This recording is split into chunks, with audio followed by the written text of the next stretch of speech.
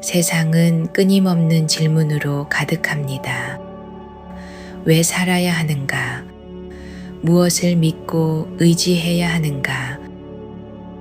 그 질문들 속에서 예수는 조용히 말씀하십니다. 너희는 마음에 근심하지 말라. 하나님을 믿으니 또 나를 믿으라. 믿음은 보이지 않는 곳을 향한 내면의 나침반입니다.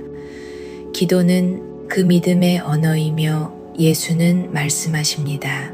기도할 때 무엇이든지 구하고 믿어라. 받은 줄로 믿으라. 그러면 너희 것이 되리라.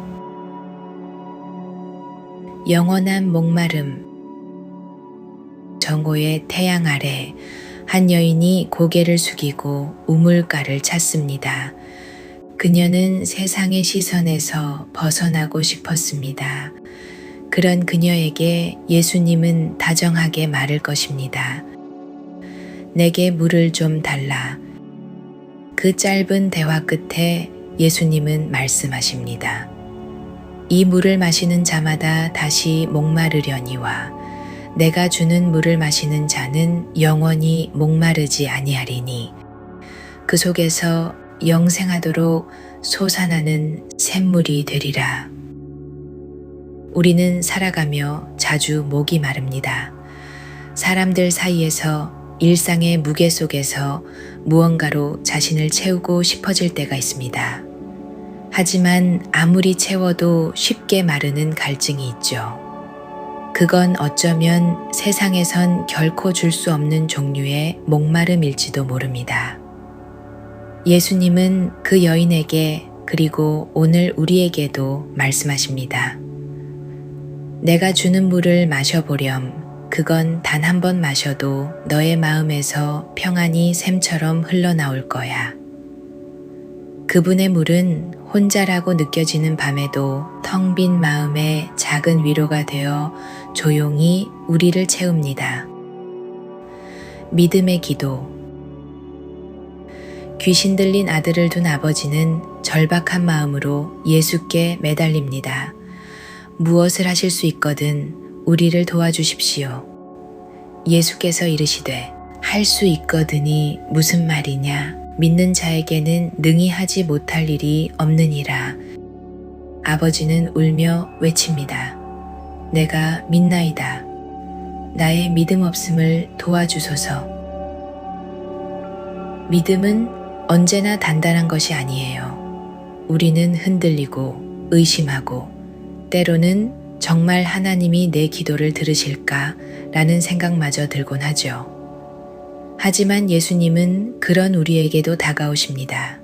완벽하지 않아도 괜찮다고 믿음 없는 그 고백마저 귀하게 들으시겠다고 내가 믿나이다. 나의 믿음 없음을 도와주소서. 이 고백은 참 솔직해서 그래서 더 깊습니다. 기도란 그런 거예요. 무언가를 완벽하게 말하는 기술이 아니라 있는 그대로의 마음을 드리는 용기. 그분은 그 작은 떨림 속에서 가장 큰 믿음을 발견하십니다. 섬김의 왕. 제자들 사이엔 은근한 경쟁이 있었습니다. 누가 더 높은 자리에 앉게 될지, 누가 예수님의 오른편에 설 수 있을지. 그때 예수님은 조용히 말씀하십니다. 인자는 섬김을 받으려 함이 아니라 섬기려 하고 자기 목숨을 많은 사람의 대속물로 주려 함이니라. 살다 보면 우리도 문득 그런 마음이 들 때가 있어요. 더 높이 오르고 싶고 누군가에게 인정받고 싶고 사람들의 눈에 괜찮은 사람으로 보이고 싶은 마음이 조용히 고개를 들죠. 하지만 예수님은 전혀 다른 길을 보여주셨어요. 가장 높으신 분이 가장 낮은 자리에 무릎을 꿇으셨고 섬김으로 사랑을 증명하셨습니다. 진짜 큰 사람은 자신을 드러내기보다 다른 이들을 살피는 사람이죠. 조용히 손을 내밀고 묵묵히 뒤를 받쳐주는 사람, 그게 바로 하늘의 질서예요. 눈부신 자리는 아니지만 가장 깊은 사랑이 숨쉬는 자리입니다. 다시 태어난 밤, 깊은 밤, 율법에 능통했던 바리새인 니고데모가 예수님을 조용히 찾아옵니다. 그는 묻습니다. 어떻게 사람이 늙은 후에 다시 태어날 수 있나이까? 예수님은 대답하십니다. 진실로 진실로 내게 이르노니 사람이 거듭나지 아니하면 하나님의 나라를 볼 수 없느니라. 육으로 난 것은 육이요 영으로 난 것은 영이라. 우리는 가끔 지금의 삶이 너무 익숙해서 변화라는 단어가 두렵기도 해요. 새로운 결심, 새로운 관계, 새로운 나로 살아간다는 것이 어쩐지 막막하게 느껴지죠. 그런데 거듭난다는 건 완전히 다른 사람으로 바뀌는 게 아니라 지금 여기서 새롭게 숨쉬기 시작하는 것 아닐까요? 익숙했던 생각들을 내려놓고 하나님의 시선으로 세상을 바라보는 일, 그게 바로 다시 태어나는 순간이에요. 오늘 밤 조용히 마음을 들어 올려보세요. 우리도 다시 시작할 수 있습니다. 늦지 않았습니다. 새로운 계명, 최후의 만찬, 예수님은 떡을 떼고 잔을 돌리시고 무릎을 꿇어 제자들의 발을 씻기십니다. 그리고 말씀하십니다. 새 계명을 너희에게 주노니 서로 사랑하라. 내가 너희를 사랑한 것 같이 너희도 서로 사랑하라. 사랑하라는 말은 참 많이 듣지만 막상 살아내기엔 쉽지 않죠. 상처 주는 말 앞에서 내 뜻을 꺾어야 할 때 우리는 사랑보다 자존심을 선택하기 쉬워요. 하지만 예수님은 무릎을 꿇으셨습니다. 말이 아닌 행동으로, 침묵으로 사랑을 보여주셨습니다.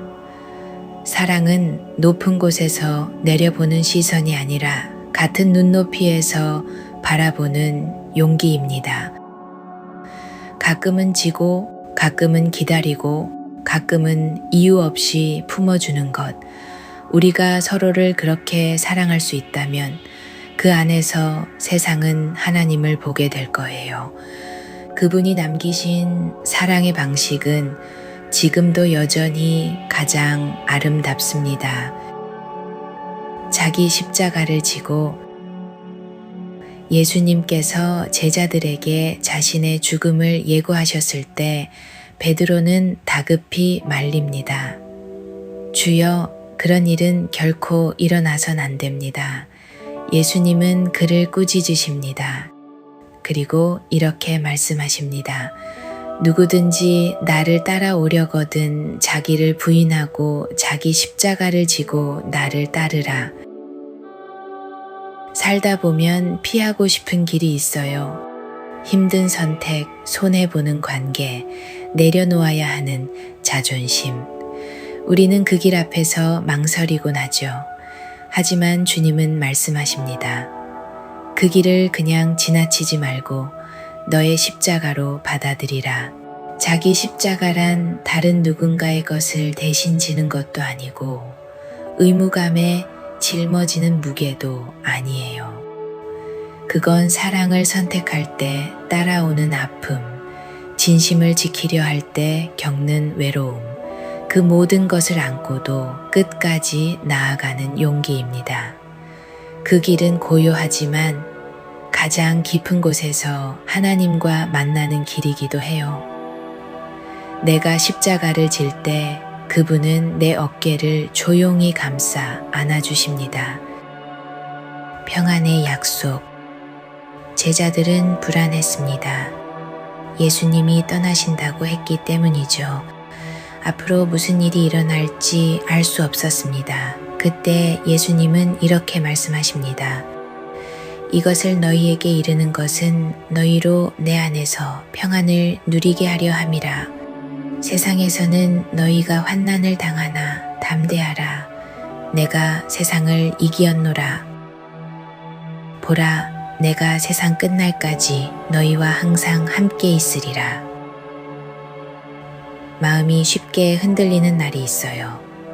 내일이 불안하고 오늘조차 버겁게 느껴지는 순간들.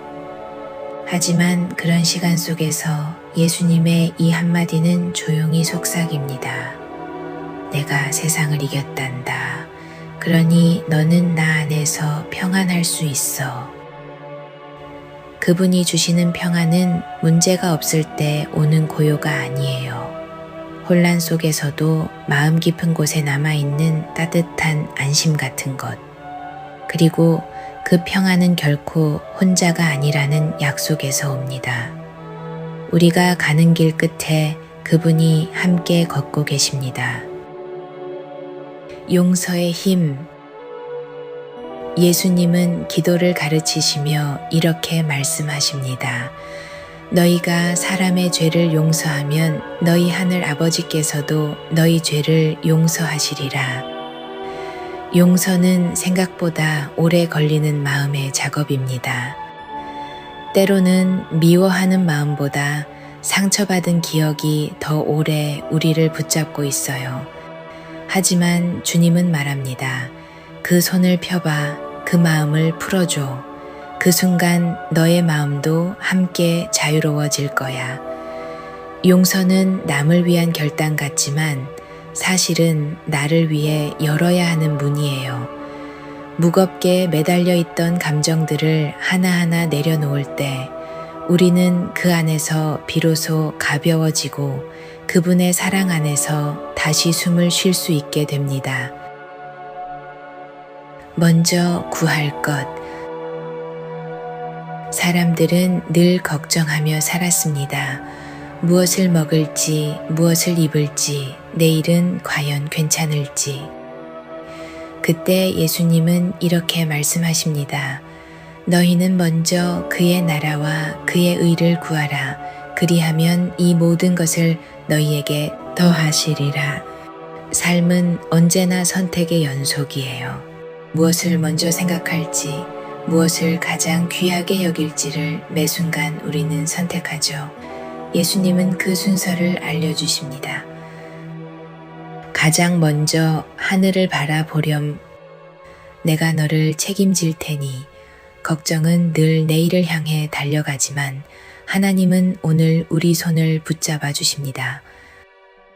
먼저 하나님을 찾는다는 건 삶의 무게를 그분께 맡기고 나는 그날의 걸음을 조용히 걸어가는 거예요. 그 길 위에 평안이 또 필요한 모든 것이 하나씩 따라옵니다. 원수를 위한 기도. 예수님은 아주 낯선 말씀을 하십니다. 너희 원수를 사랑하며 너희를 박해하는 자를 위하여 기도하라. 원수를 사랑하라는 말은 가장 힘들고도 어려운 명령이에요. 때론 용서조차 버거운데 어떻게 그를 위해 기도할 수 있을까요? 하지만 그분은 아십니다. 우리가 증오로 묶여 있을 때 가장 먼저 상처 입는 건 우리 자신이라는 걸요. 사랑은 감정이 아니라 자유를 향한 선택입니다. 기도는 그 사람을 바꾸기 전에 먼저 내 마음을 부드럽게 만져주는 은혜이기도 하죠. 그 순간 우리는 예수님의 마음에 조금 더 가까워집니다.